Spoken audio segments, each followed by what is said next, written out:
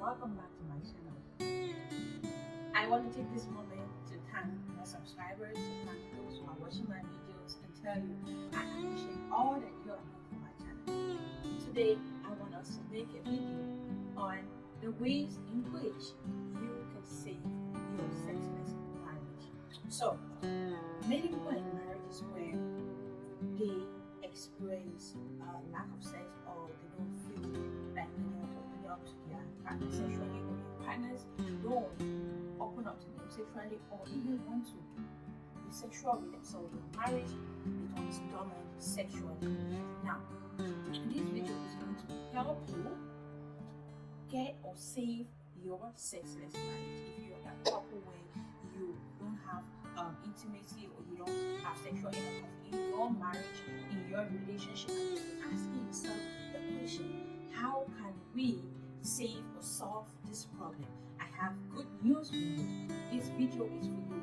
If you try to implement even one of what I am recommending in this video, you might just be reconnecting with your partner, saving your marriage, and rekindling the flame in your marriage, or getting back to activities you are supposed to have in your marriage. So let's dive into it. Point number one: don't assume in a marriage that your partner is not interested in having sexual intercourse with you.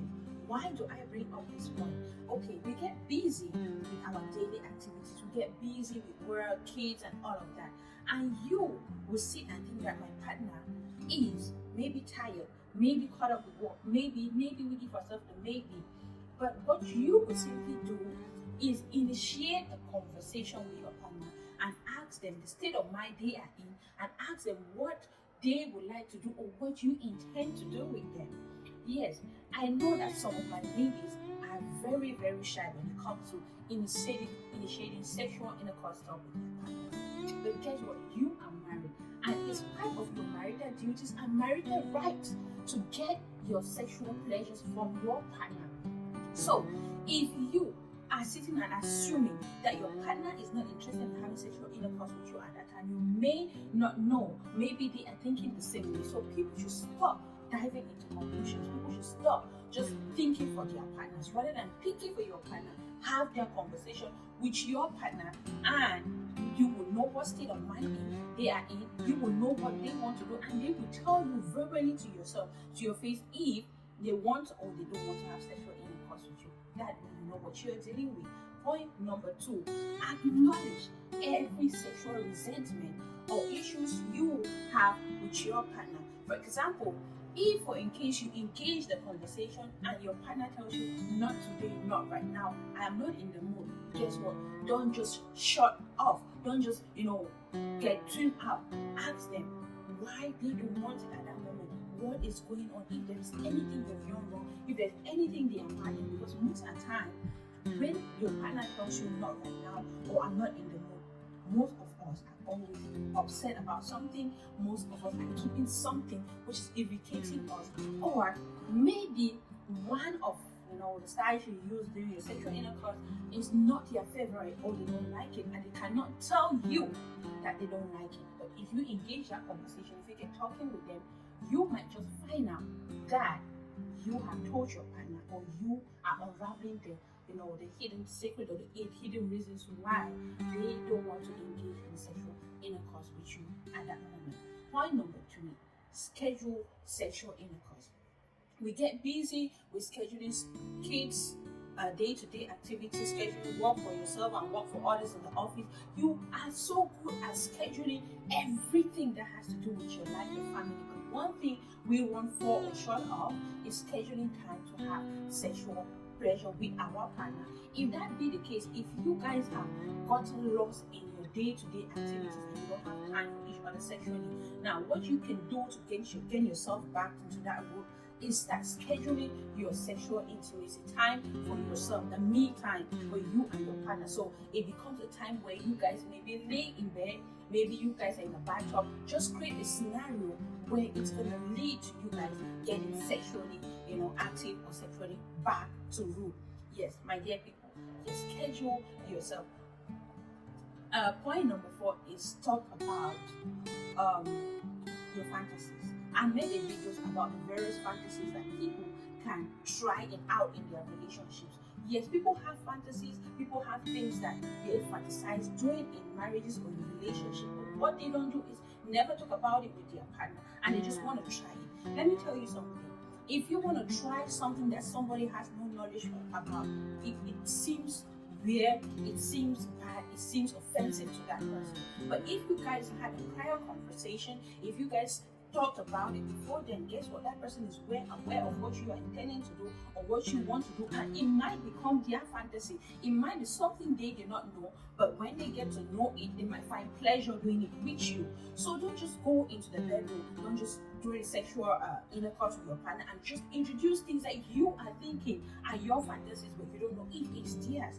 So create a ground where you talk about your sexual fantasies. Create a ground where you talk about the things you want to explore when it comes to your marriage or your relationship with your partner.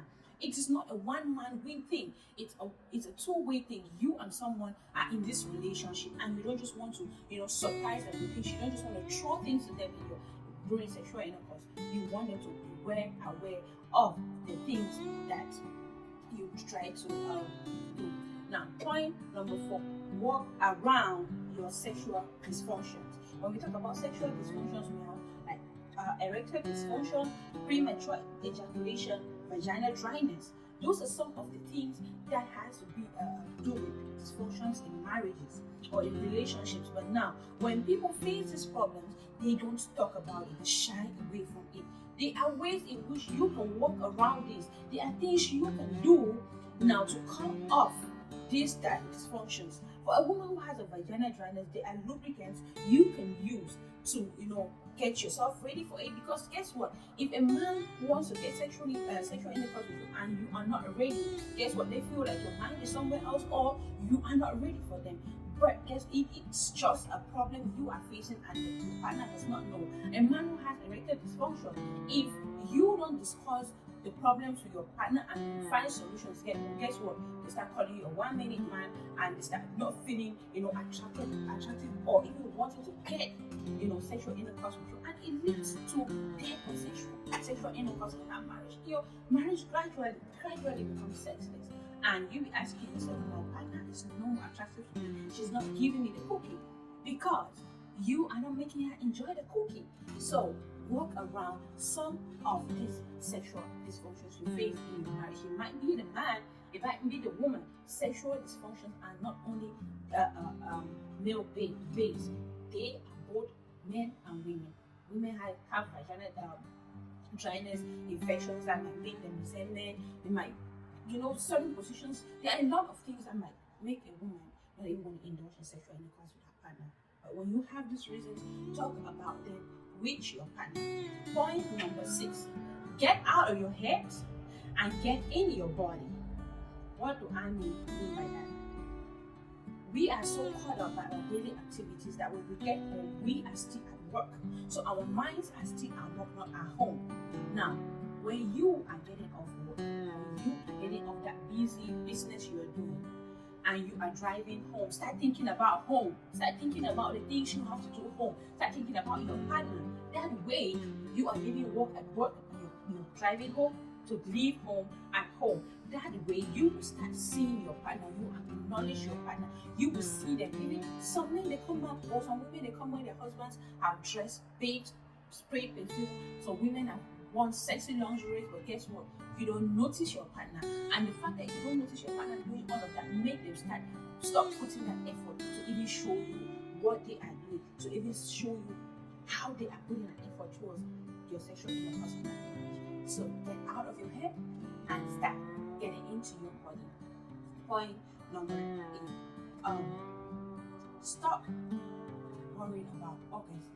For a marriage that has stayed so long without sexual intercourse, or that marriage with sexual intimacy has died, and you're focusing on orgasm, you might not get the best out of the pleasure, because guess what? You guys are walking yourself back into connecting with each other, and orgasm cannot be the order of the day. Yes, you want to achieve sexual pleasures, you want to do these, but focus on discovering each other better. Focus on discovering your bodies better. Focus on connecting with each other. Orgasm comes when when you guys are both in tune and connected. Now, all your hormones and body are connected. And guess what? You are fully committed to explore each other to different levels of sexual intimacy. Now, focus on doing that, and you will see yourself gradually getting to orgasm. Even a man, you will gradually get to that mind-blowing sexual experience that you have been missing out on. So, lovely people, please keep subscribing, keep commenting, keep liking my videos so that we can push this page forward. Thank you, and stay.